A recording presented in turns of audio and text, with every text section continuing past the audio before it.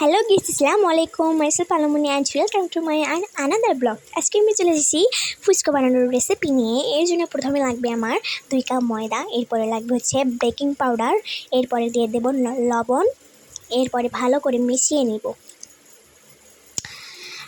নেওয়ার পরে আমি সরিষার তেল দিয়ে ভালো করে আবারও মিশিয়ে নেব। এরপরে আমি 1 কাপ পানি দিয়ে দিব। এরপরে ভালো করে মেখে নিব। ভালো করে মেখে নেওয়ার পরে ডোটা রেস্টে রাখতে হবে 10 মিনিটের জন্য। তো আমার মাখানো শেষ হয়ে গিয়েছে। তো একটা থালা কিংবা ঢাকনা দিয়ে ঢেকে দিতে হবে রেস্টে হওয়ার জন্য।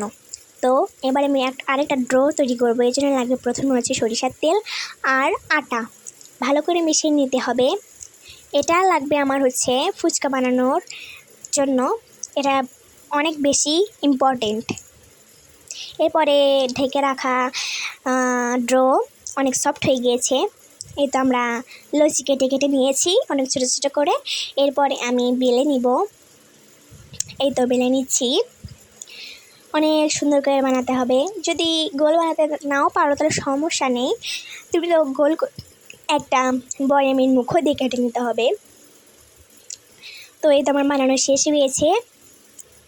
এরপরে আমি ডোটা এই 2টা রুটির উপরে দিয়ে দিব ভালো করে।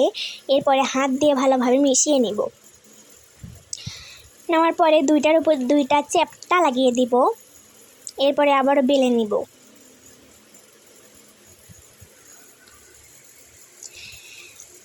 তো আমার অনেক ভালো ভালো ব্লগ আসতেছে সামনে, তোমরা অবশ্যই আমার চ্যানেলটা সাবস্ক্রাইব করে দেবে।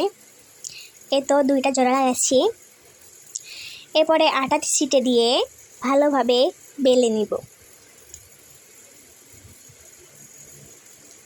বেলে নেওয়ার পরে বেকিং পাউডার এর কোটা নিয়ে এবং অন্য কিছুর কোটাও নিয়ে মানে কোটার মুখা নিয়ে কেটে নিতে হবে। এই তো আমার কাটা একটা হয়ে গিয়েছে, এটা আমি থালাতে তুলে নিব। এরপর আরেকটা কাটছি। এই তো কাটা শেষ হয়ে গিয়েছে, আমাদের অনেকগুলো হয়েছিল। তো এরপরে আমি ভেজে নেব গরম তেলে। এই তো একটা ছেড়ে দিয়েছি, 2টা ছেড়ে দিয়েছি।